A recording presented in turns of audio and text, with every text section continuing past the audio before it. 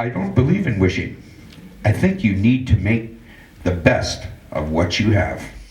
I believe in praying. Sometimes. I don't know if I believe in wishes, but I believe in wishing. I think they are just for fun. I believe wishes can make you jealous if you're not careful. It all depends on the wish. Wishes are tricky things, aren't they? I think there's a reason they are mentioned so often in fairy tales. They involve a lesson, a code on the right and the wrong ways to approach a wish. I believe the storytellers of yore wanted us to know this. They were trying to teach us the lessons because if we're not careful, our wishes can become prayers for the things we don't want. I'm not trying to scare you. Wishes are magic, but with magic comes discipline. You must master how it works. Have you ever noticed the rules that surround wishes? Be careful what you wish for. If you rub the lamp, you may have 3 wishes. Do not repeat your wish out loud. Complete your wish before the star falls. Don't forget to close your eyes. And remember that fairy godmothers are always helpful. One of the oldest and most known pieces of advice is to be careful what you wish for. I think the main point here is that wishes should be specific and thoughtful rather than frivolous. We need to be smart with our wishes, and it helps if we think of others when we wish, not just ourselves. If you rub the lamp, you may have 3 wishes. No, I don't think we all need to go find a genie lamp. Rather, I think this implies that we need to participate in order for our wish to come true. We need to be the first person in charge of making our wish a reality. If we do not participate, the genie will never appear. Do not repeat your wish out loud. Have you ever heard of an affirmation? For example, my love grows, or health is in and around me always. Unfortunately, a lot of the times when we wish, we're actually affirming ourselves without it. We don't have X. Oh, how we wish we have X. The longer we wish this way, the longer we wait for our dreams to come true. Complete the wish before the star falls. Wishes shouldn't really require much time. They are the fleeting thoughts of love we bless the world with. It takes but a second to see beauty. It's not something that should be sought after. It exists already. Close your eyes and make a wish. Even though we can do this with our eyes open, I think this rule is to remind us how important it is to visualize your wish. A wish is more important than any statement. A vision is more important than any statement. It should not be a request, but an image you hold in your mind. Finally, fairy godmothers are always helpful, and yes, they do exist. They are the people in your life who aid in making your wishes a reality. They are as real as the ones you read about in the newspapers, in fairy tales. And they too can only take you so far. Cinderella's fairy godmother got her dress into the ball, but the rest was up to Cinderella. Can you imagine if Cinderella had come back from the ball at 10 and called up her fairy godmother and said, the ball sucked, the music was terrible, and there's no cute boys there? So these are my theories, and I even have proof. I've had a wish come true. In fact, it's coming true right now. But it all started one morning as I walked to work. I was almost there when I had a vision of my wish. I'd been volunteering with the seniors for a couple of years, and I'd met some amazing people and heard some amazing stories. In my vision, I could see a story being told in my mind. You may see them around. They smile at us in the grocery stores, wave as they scooter by, and give the warmest hugs. They are our parents, our grandparents, and our sage, and they have abundance of wisdom to share.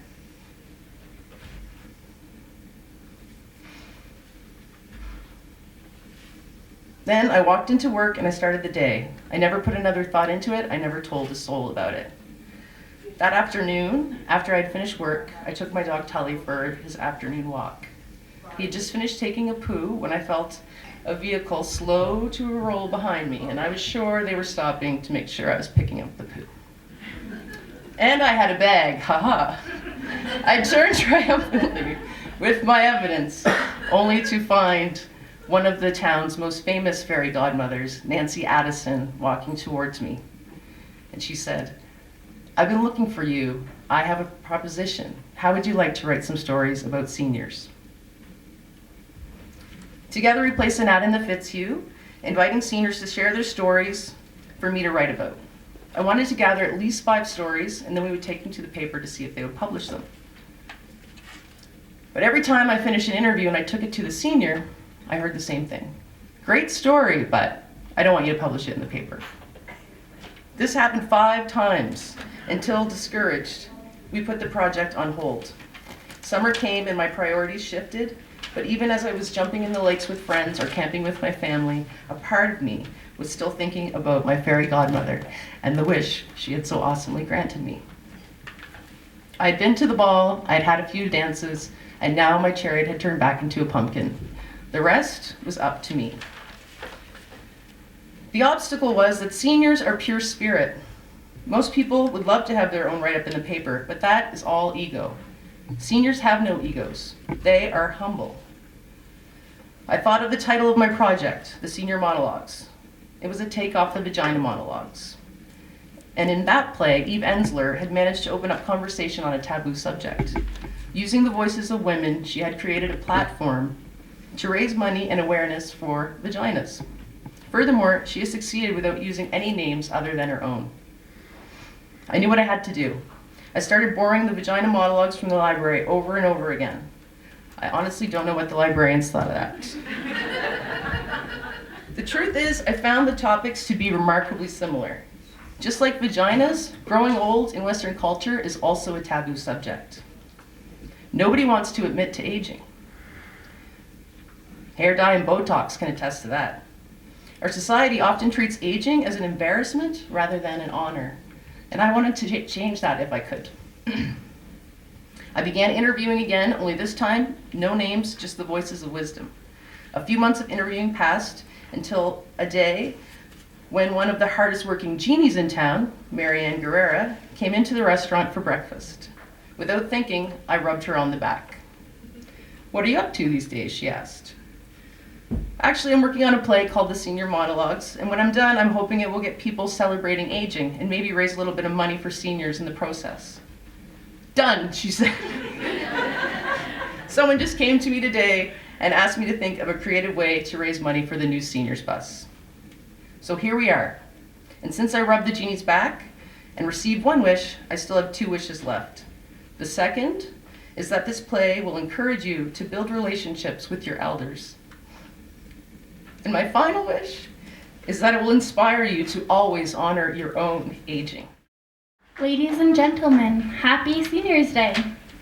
Welcome to the Senior Monologues. The following anecdotes and monologues are taken from interviews with over 30 Canadian seniors between the ages of 70 to 95.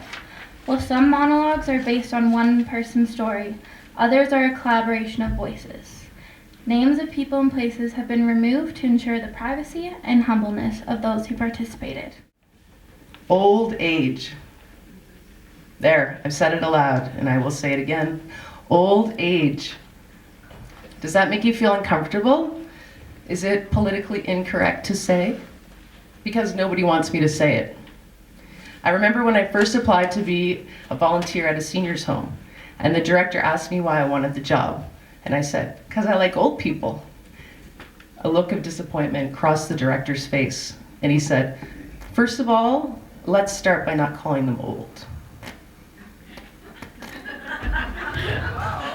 Maybe the director was right. People are people, and there's no need to label them any further. Short people, fat people, white people. These are all descriptions, but they can also be heard as insulting. I understand that words can hurt people. I just never thought of old as being an insult. To me, the term old is filled with respect, awe, and reverence. To me, old is great, and I celebrate every day I get to be older. Unfortunately, our culture seems to have a problem with it. We keep being told that new is good and old is bad. We must have the newest trend, the newest game, the newest phone, newest car, newest iPod, newest body, to the point that we forget. We forget that the oldest fashions, oldest books, oldest songs, oldest houses, oldest memories, and oldest people are just as great, if not greater, than something brand new. We are consumed by the future ahead of us. We move further and further from where we have been, and yet so few of us want to acknowledge aging. The future is us old. Senior fact. Seniors make up the fastest growing age group in the world. I bet you're worried about old age. I know I am, but not in the way you think. I look forward to old age, and I am comfortable growing into it. I am worried because so few of us are, and not one of us is getting any younger. I am worried that when I get to my senior years, I'll be the only one celebrating it. Not my child, or my grandchildren, my community, or my peers. I am worried it will not be the party I had planned. Here are some of my favorite words to describe old age. Reverend, original, veteran, Senior, elder, sage. Matriarch, wizard, mature, Long-standing and practiced. Wise one, grandparent, golden girl. Patriarch, experience, honored. And here are some other words that have been used to describe it. decrepit, hoary, old-fashioned, Old timer, outdated. senile, spinster, hermit, Over the hill, antiquated and weathered. Geezer, crone, old maid. Worn out, old fogey, archaic. Yes, I am worried about old age, about what some of us choose to call it, and that we don't call on it enough. I'm so worried, I've decided to send out the invitations early. I want to start the party now. This collaboration is one small way of honoring old age. Consider it a commencement ceremony for the Olympics of the Sage. May the festivities begin, and may they continue for the rest of our lives. Senior fact. According to an article published by the Huffington Post on May 14, 2015, there are many cultures that celebrate aging, including Koreans who hold huge celebrations to mark family members' 60th and 70th birthdays. Old may be a scary thought for you, or an uncomfortable word to call yourself. Until you remember the same word has been used to describe you since the day you were born. 24 months old, 1 year old, 5 years old, 20 years old. At what point did you stop being proud of your age, and why? In life, there are rewards for aging. Every year brings with it milestones. You learn to walk, you learn to talk, you learn to swim and ride a bike. And then there are special years. At 13, you can babysit. At 16, you can drive a car. At 18, you can vote and drink in a bar. At 65, you can retire. With age brings privilege.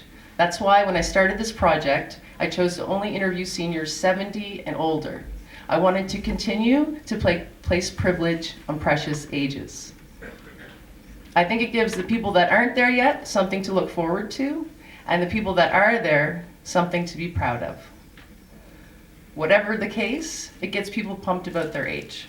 I had one friend offer to be interviewed, and when I told him he wasn't old enough, he said, "But I'm almost 67!" Despite my friend's protest, I stayed true to my ideal, and so I began every interview with the same question. How old are you? 85, 74, 83, 79. 83. 87, 93, 71, 70, 92. 94. 90, 82, 95, 86, 91. 80. 84, Sometimes I go into the kitchen and forget why I'm there. Sometimes I forget your name. Memory plays tricks on all of us. Hanging out with seniors, I have learned, as you age, memory likes to play harder. It is not uncommon for years to melt into each other over small details to become blurred. One day you may forget the year you bought your first home, or maybe what you had for lunch. While this is a frustrating reality, I've decided to look at it in another light. I like to think that as we age, our memory just starts to prioritize itself. The seniors I interviewed may have forgotten a few details, but they remembered their mother's laugh.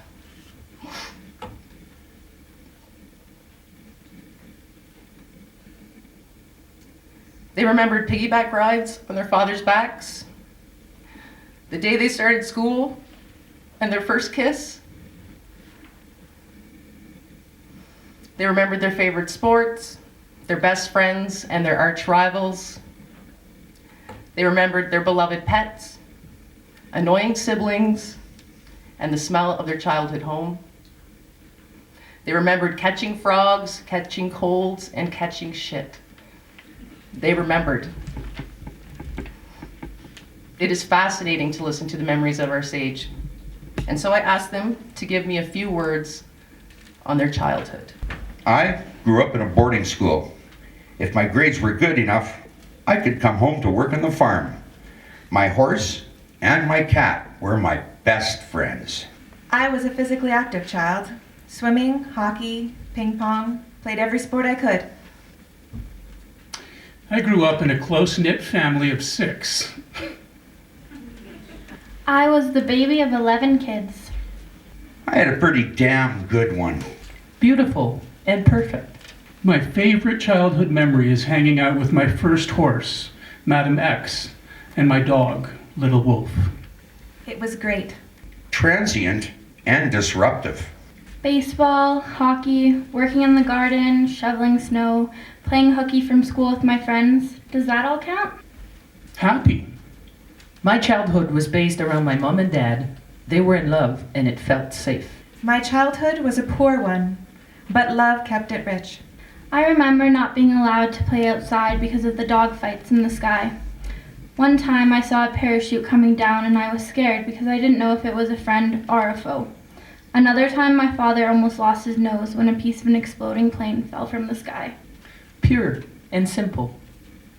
The thing I remember best about my childhood are the sweet smells of my mother baking in the kitchen and the 7 first-place ribbons she earned from those aromas. My mum had 4 boys and my dad to feed, so she was always baking something. Every day after school, we would fall through the front door for something to eat. Sometimes it was warm rolls and butter, or tea biscuits and molasses. Other times it was chewy chocolate chip cookies or fresh apple pie. My brothers always wolfed down their food and headed back outside to play until dinner, but I usually stayed in the kitchen with my mum. I loved to listen to her hum as she worked, or watch the big scar on her left hand wrinkle and smooth as she kneaded dough. I knew she earned that mark splitting wood as a girl. The axe that caught her blouse and sliced her hand. Luckily, the only car in the county just happened to be close by, and she was driven to the hospital. If it hadn't been for that, she would have lost her thumb. She was always strong. Strong, short, and sweet. One time, she replaced the floor in the bedroom by herself while we were at school and Dad was at work. By the time we got home, everything was done, and Mum was just smiling as she sifted flour in the kitchen. There was truly nothing my mother could not do, but there was one thing we all agreed she was best at, and that was baking. But since she had taught herself to bake when she was 13, she didn't really believe us. And so, one year, I started bugging my mum to enter the baking contest at the farmer's fair. Every day for 1 week, I begged, "Please, Mum, please. I know you can win. You are the best baker in the world," until finally she gave in. She didn't think she would win. She was just trying to make me happy. The morning of the contest, my mum was up baking at the crack of dawn. There are 8 different categories, and she was entering them all. White and brown bread, lemon meringue pie, chocolate layer cake, chocolate chip cookies, apple pie, pound cake, and dinner rolls. I say the rolls last because they were the last thing to go into the oven that day. Mum had made everything else, and it all looked amazing. But by then, it was time to go, so she had to pull out the rolls before they were golden brown. They were the only baked goods she didn't win a first prize ribbon for that day. Senior fact: reminiscing can be therapeutic. According to a study published in the June 2007 issue of Geriatrics and Gerontology International, discussing and sharing memories is a productive way to improve the mood and cognitive capacity of our elders. Seniors remember the important stuff, the things we often take for granted in the moment. As children, I think we tend to take our parents for granted. As adults, I think we often do this to our elders, until we live long enough to be one, and then we know. I asked seniors to give me a few words on their parents. They were strict and loving. No. I was closer to my dad than my mum. My mother was not one to give compliments. She thought it would go to my head. I had a wonderful mother and a strict father. My dad gave me my first horse when I was 7. He died later that year. My mum lived to be 87. I had hard-working parents. They raised 6 kids right in the neighborhood where they shouldn't have been able to. I had the best parents in the world. My mom was a country girl. My dad was always working. Mother was very strict and ruled the roost. My dad was the happiest man I ever knew. Every Sunday at 12:30, he would take me out to the fairgrounds and teach me to drive. My mom was artistic and my dad was creative. I was into sports, so I spent a lot of time with my aunt, who was athletic. My mum was the peacekeeper. My parents were very loving. I never had a father. My mom raised 3 kids. She had no time for anything. My dad died when I was 4. He was Irish and had a wonderful imagination. I remember sitting on his lap listening to his stories. My mum was wonderful and brave. She did what needed to be done, and I adored her. My father died when I was 7, but I can still remember riding on his back and the smell of his cologne. My mother kept us dressed well by sewing all our clothes in the latest fashions. My parents were tremendous. I'm an only child, so as you can imagine, my parents spoiled me with love and attention. I lived at home with them until I was 24. Let me show you something.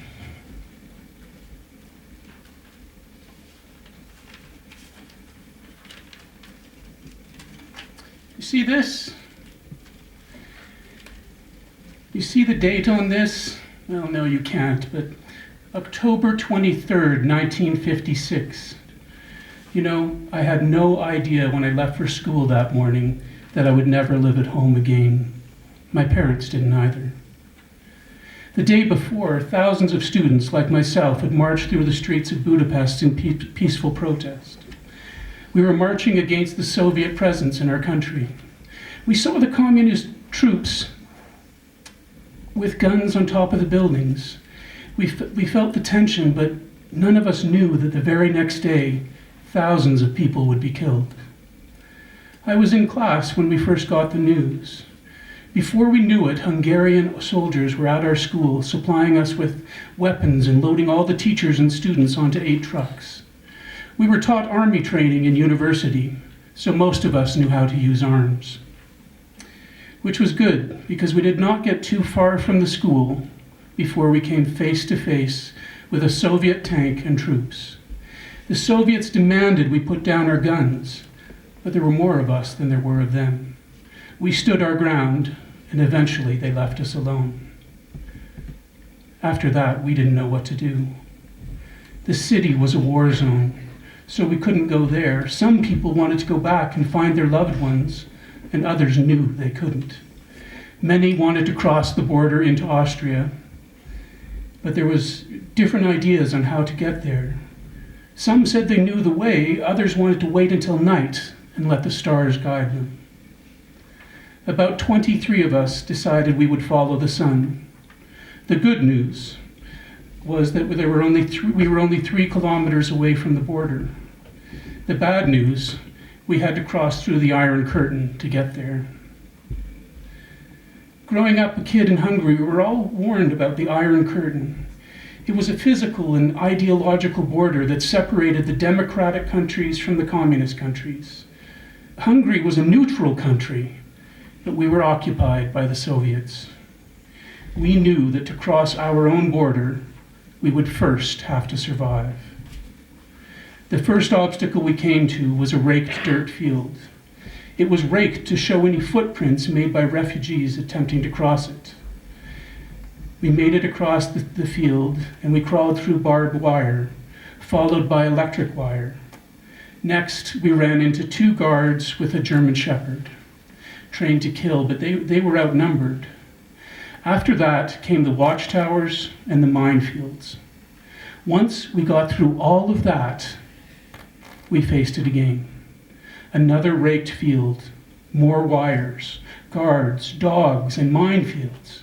This happened 3 times until we finally stopped seeing guards.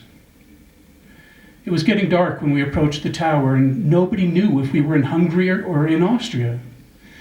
A few in the group wanted to check it out. They came back saying they had found Hungarian cigarette butts on the floor of the tower and Hungarian names carved in the wood. We were still in Hungary, but they had also seen lights in the distance. Electricity was not common in our country, so we knew the lights in the distance must be Austria. A few more volunteers were sent to follow the light, while the rest of us hid out in the woods. Eventually they returned with an unarmed Austrian border guard. He told us thousands of Hungarians had crossed the border already and that we would be placed in a refugee camp. All of the students and professors from my university were placed in the same camp. We were there for almost 2 weeks before I was able to telegram my parents and let them know I was alive. Since we could not go back to Hungary, our professors looked into immigration offers for our group. 2 months later, on New Year's Eve, we boarded the Empress of Britain in Liverpool, England, and sailed 8 days across the Atlantic Ocean to New Brunswick. After that, we got on a train that would take us to our new home in Vancouver. I was already living in Vancouver by the time my parents received the telegram that I had sent from the refugee camp. My grandparents' homes were places of magic to me. They were the hubs of fun activity. They were where all the aunts, uncles, and cousins would meet to go swimming at the lake.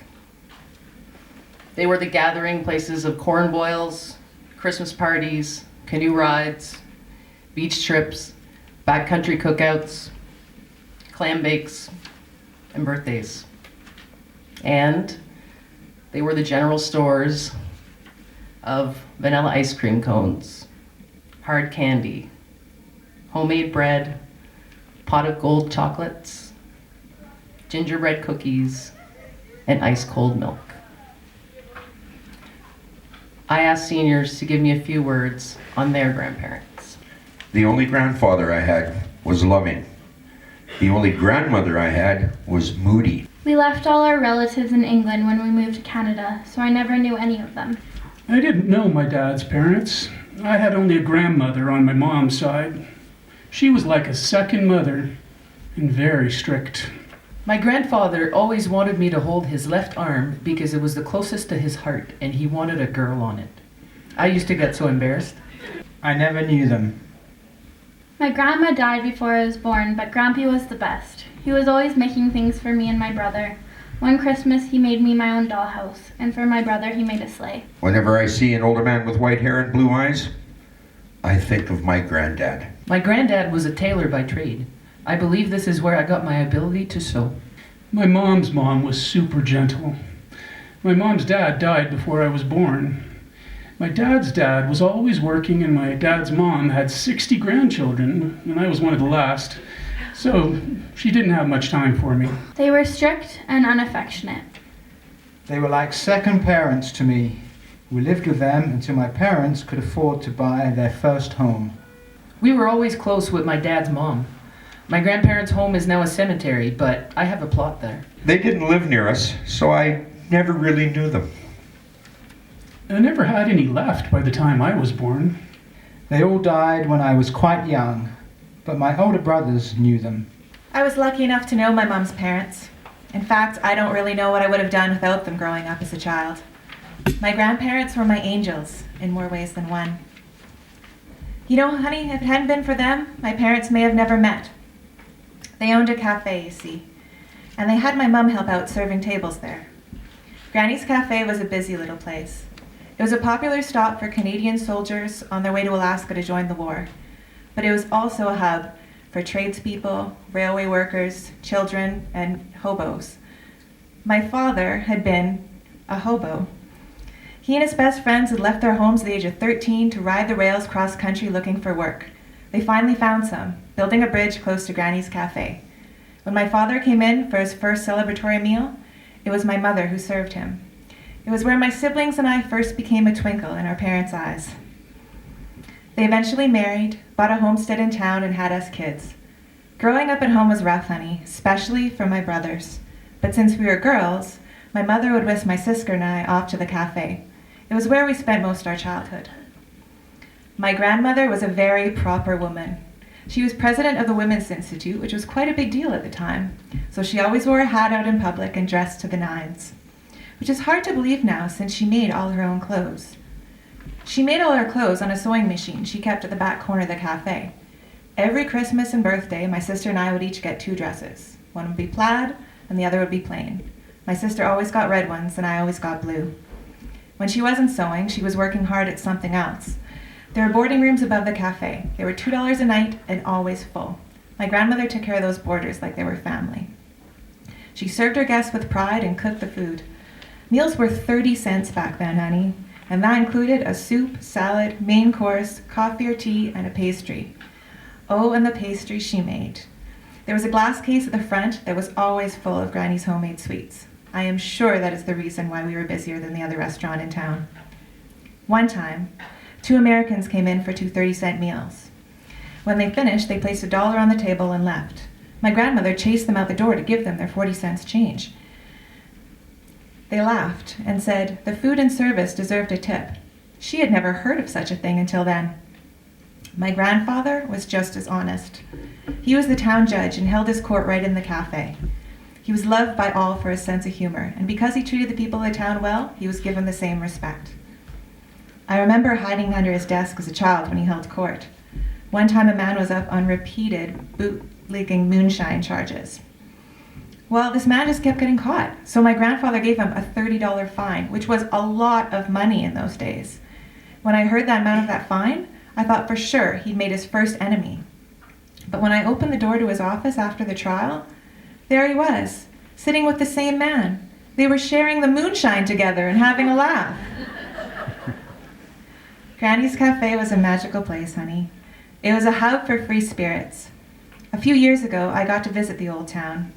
Granny's Cafe is long gone now, but where it stood, they've built a memorial. It was erected to honor the Canadian soldiers who lost their lives in the war. It's a beautiful gesture, but still, I can't help but wish that Granny's Cafe was still there for those spirits to return to. Senior fact. More children will know their grandparents, great-grandparents, and great-aunts and uncles than any other generation before, especially their great-grandmothers and great-aunts. National Institute on Aging. When I was a child, my father was a trucker on the road, and since my mother didn't drive, every Friday we would take the bus to town to buy groceries. My brother always stayed close to my mom, but the first chance I could, I would run up to the front of the store. And there was a sign there with some above the seats, and it said senior seating. Let me start again. Right beside the right beside the toy and candy machines, there was a bench with a sign above it that said senior seating.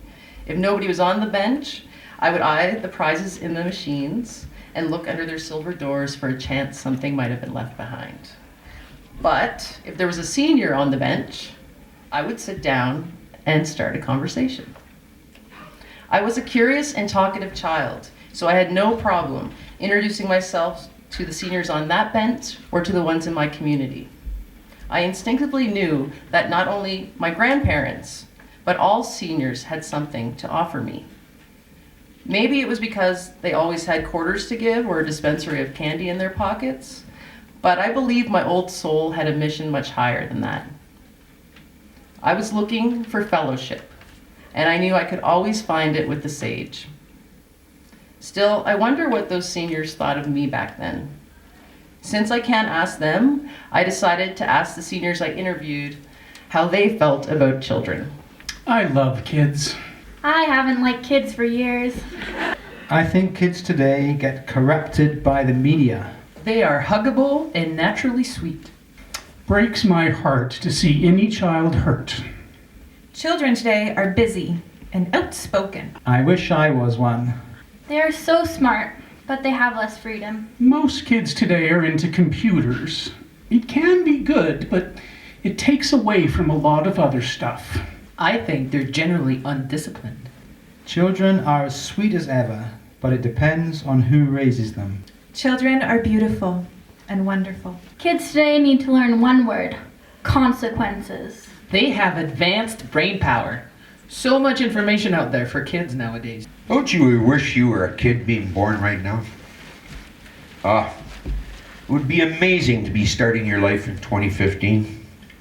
There's so many opportunities in the world today. Television, computers, cell phones. I mean, instant communication with the world available at your fingertips. Maybe you think it would be better to go back to my day, but think of how far we have come. Not just in technology, but in humanity. We have so many more choices now. My family grew up in hard times. There were 6 of us kids to feed, and the only job was in the coal mine. We all loved our father very much. He was a great, great man, but we hardly ever saw him. Dad worked a shift and a half every day. That is a normal 8-hour shift, plus an extra 4 hours. 12 hours a day, 7 days a week, underground. And yet we were still poor. One time I remember he broke his arm, was put in a cast, and the doctor told him he wasn't allowed to work till the cast came off. Well, a couple of days later, my uncle came by with a hacksaw, and they cut it off. He had no choice. He had to go to work. He kept the cast though, and every time he had to go for a checkup, he would slip it back on. That was my father. He worked hard every day of his life. My mother worked just as hard. She had 4 boys and 2 girls in 8 years. But we never once, not once, ever heard her complain. When I was a kid, you didn't hear any women complain. And I think they didn't really have voices. They weren't allowed. Nowadays, you hear women complain, and I think that is a good thing.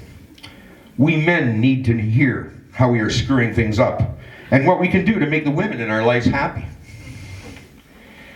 That is the reason I would happily be born in the world tomorrow. Because the world just keeps getting better. And just between you and me, I think the happier the women are, the happier the world will be. Since I loved and respected old age as a child, I thought it would be interesting to find out what seniors felt about old age when they were young. I never knew any old people. I didn't associate with them. It never crossed my mind. I felt respectful of it. I thought I would spontaneously combust at 22. I was always willing to help them, show respect and kindness. I thought 30 was old until I was. I have looked forward to every age since. I never thought about it. I have never thought about any age other than the one I am living. It is of great value to live in the present. I just thought of it as a part of life. To me, growing old was wearing lipstick and high heels. I felt sorry for old people. I thought everyone who was an adult was old. I always liked old people, and I was naturally attracted to them. I thought old people were kind. I thought about old age the way a lot of people do. I thought 30 was old until I was 30. Then I thought 50 was old until I was 50. Old age gets misrepresented in most young people's minds. No one's really sure what it is like or when it begins. Not even doctors know. I have a friend who's in her 70s. She went to the hospital over something or other, and so the nurses and the doctor asked her what medication she was on. When she told them she didn't take any medication, they didn't believe her. They said every person over 70 takes pills. I'm 82 now, and I do have to take a few pills. But a little over a year ago, I went into the hospital for surgery. They had me sedated, but I was still awake when the doc came into the room and looked at my chart.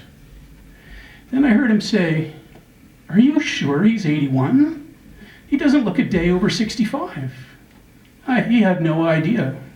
I can't even begin to tell you what I'd do if I was that young again. It all depends on your perspective, I guess. But if that young doc thinks that 81 looks like 65, I'd hate to see what he thinks 91 looks like." Senior fact. According to an article posted by CBC News on May 15th, 2014, our lives are getting longer. While Canada is not even in the top 10 of life expectancy in the world, women and men's lifespans have increased in our country from 77 in 1990 to 82 in 2012. I think it can be healthy to visualize our future selves. Still, life has taught me that you don't know until you are there. It is hard to know what rich is like until you are rich. It is hard to say what kind of parent you will be until you are a parent. And you can't really know what your senior years will be like until you are one. Which led me to ask seniors how they felt about being a senior. I don't know. It is not easy. I don't like it. I don't mind. It's crappy and hard. I'm having a great time, but I was prepared. If you don't put stuff in, you can't take stuff out. It doesn't bother me at all. I never think about age. I don't think old. It's okay, as long as it lasts. It is a new chapter with different challenges, through which you learn to appreciate life and live in the moment. It's fabulous. I'm comfortable with it. I wish I was 20 years younger. 64 would be good. I don't know what you're talking about, but I hear it happens to others. I love where I am now. Didn't you ever hear the quote, "Old age ain't for sissies"? I have a new great-grandson who just looks and smiles at me. I'm happy to be here to see him. But I am 95, you know, and sometimes it feels like I'm invisible. Especially when all the family gets together for a big celebration. It isn't their fault. I know they love having me there. I just can't hear as well as you used to, you see? So with all the noise, sooner or later I just end up watching the conversations go on around me. It is different when I am with my peers. It is quieter, and when I sit down with other seniors, we are able to talk and hear one another. Being a senior reminds me of starting school as a child. I was the youngest in the Little Red Schoolhouse, and by far the shyest. I had older siblings, so I never really needed to speak at school. Because of this, everyone, including the teacher, thought I was slow. When my older sister figured this out, she stood up in class and pointed at me. "Go on, show them how smart you are. Stand up and tell them your ABCs." Senior fact. 47% of adults 75 years of age and older have hearing impairment. The UC San Francisco Medical Center has some advice for communicating with those who have hearing loss, including face the person directly when speaking. Use their names when you start a conversation. Do not talk from another room. Speak clearly and slowly without shouting. Shouting distorts the sound of speech and can make communication more difficult. Most hearing impaired people have greater difficulty understanding conversation when there's background noise. Try to minimize noise when talking. Humans are naturally presumptuous. Sometimes we like to think things before we even know them for sure. For whatever reason, most of us like to think that our parents don't have sex, let alone our grandparents. Most of us assume that seniors have no sexual thoughts at all. I found myself guilty of this one day when I sat in the waiting room at the doctor's office.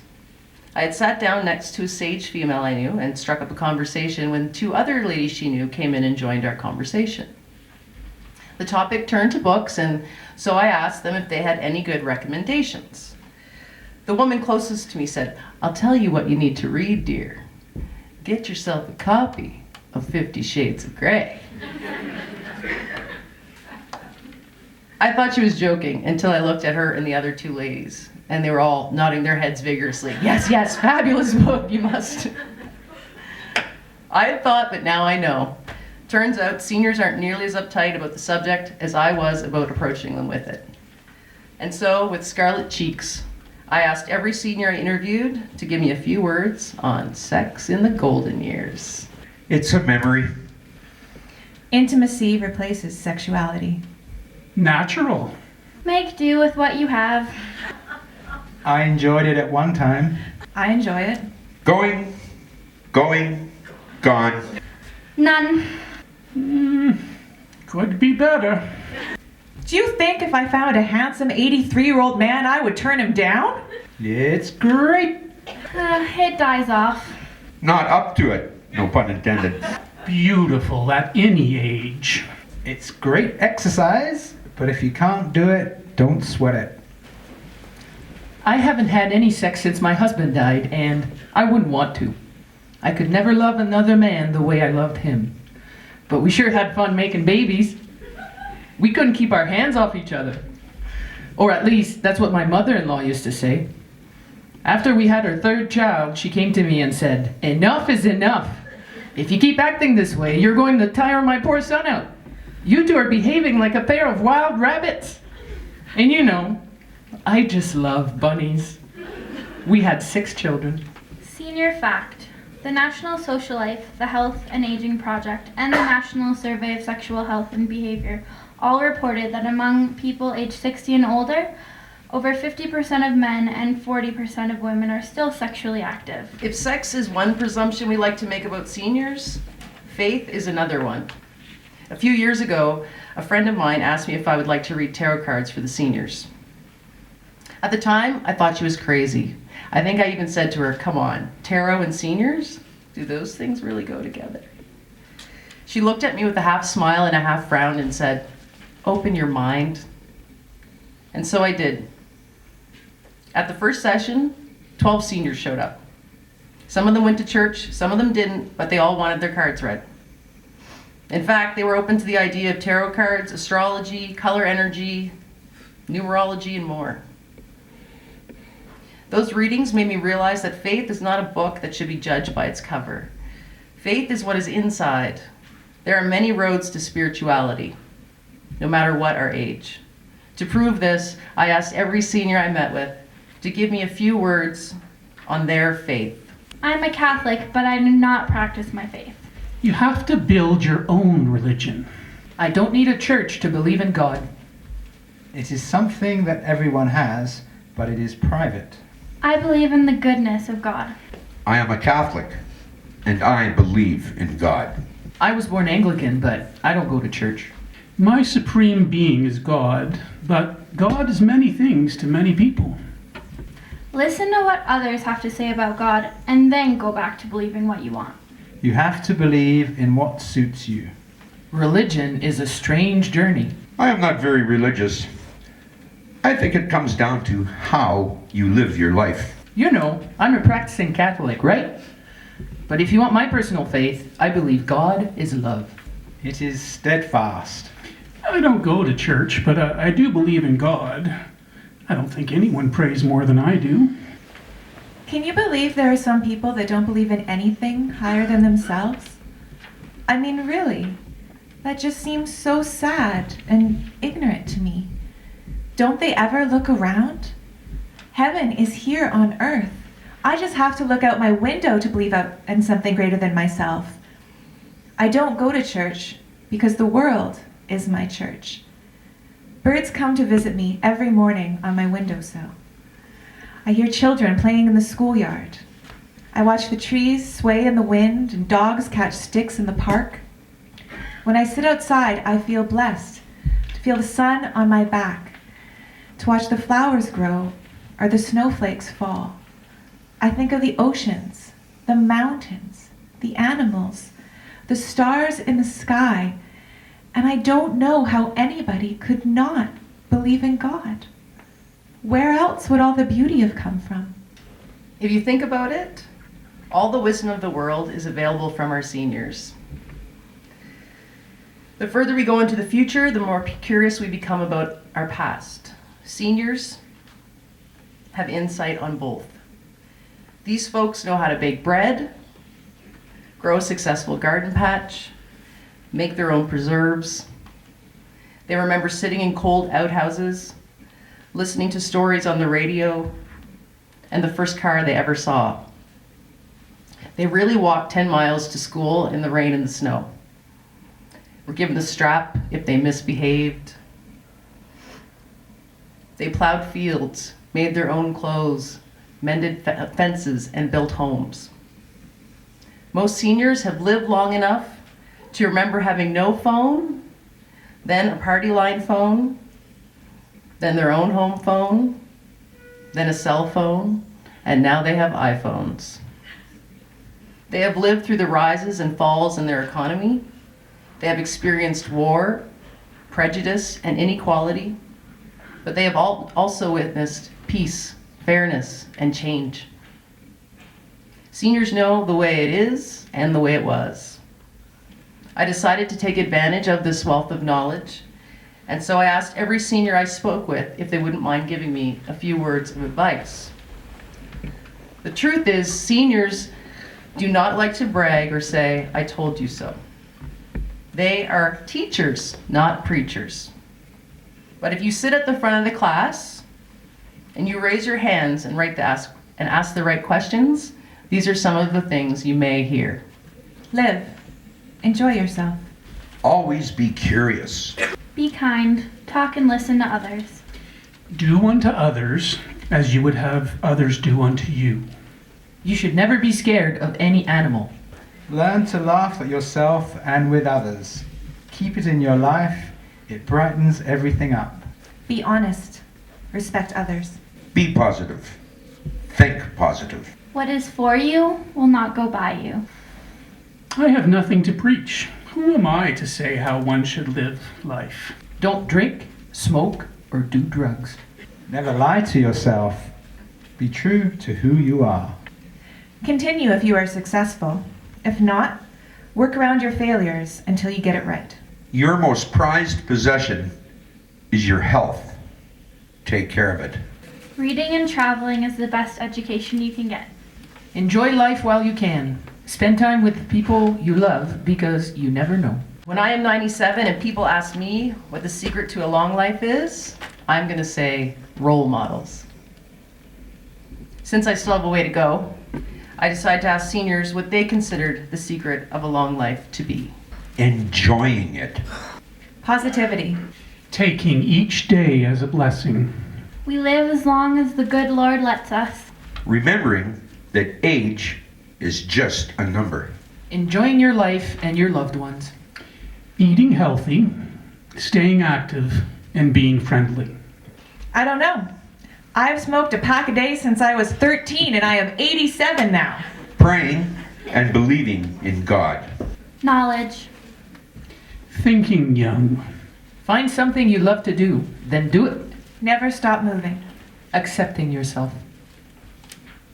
Look after your body, look after your spirit, but most importantly, live in the moment.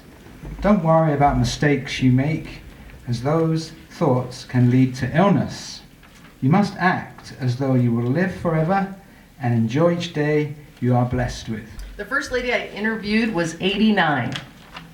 And when I had finished asking her all of my questions, she suggested that I add one more. What is important to seniors?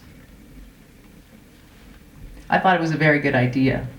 The majority of the middle age spend a whole lot of time and money trying to deny the fact that they are aging. Millions are spent on this lie before they even reach old age, and I wonder, by the time they get there, if they'll have any money left to spend on the things that really matter. Seniors are not consumed by their looks or their age. In fact, sometimes it seems like the only people who don't care about gray hair and wrinkles are the ones who have them. I like to think it is because as we age, our priorities change and our prayers shift, moving us on to more important things than the color of our hair. Check your ego at the door of old age. This is what's important to seniors. Contentment. Keeping in touch with others. Kindness. Family. Independence. Having your own self-respect. Good friends and family. Freedom. Friendliness. To be thought of. To be respected. It is important for seniors to be prepared to take care of themselves. It is important to stay mentally and physically healthy. The simple pleasures in life. Companionship, whether that be a spouse, a sibling, a child, a neighbor, a pet, a friend, or even a stranger who chats with you in the post office line. Senior fact.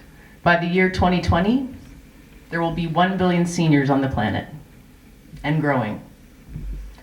And by that time, there will be 1 trillion questions you could ask them. I know because while the last question was the only one I had a senior suggest to me, I'm sure as you have listened tonight, you have thought of some questions of your own. Over the course of this project, many people have offered me advice on what I should ask seniors between the ages of 70 and 95, including, What has been your greatest loss? Did you ever go to war? What was the best decade to live in? What would you ask your parents if you still could? What is your favorite song? What's the secret to staying so hip? How does it feel to be 70?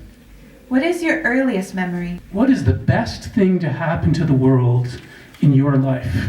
Do you still shag? What is the craziest thing you have lived through? Where have you traveled in the world? What is your favorite age? Do you have a love story? What age do you feel? Do you have any regrets? you have many things that you would like to ask. And so my last question of the evening is, why don't you? Why don't you?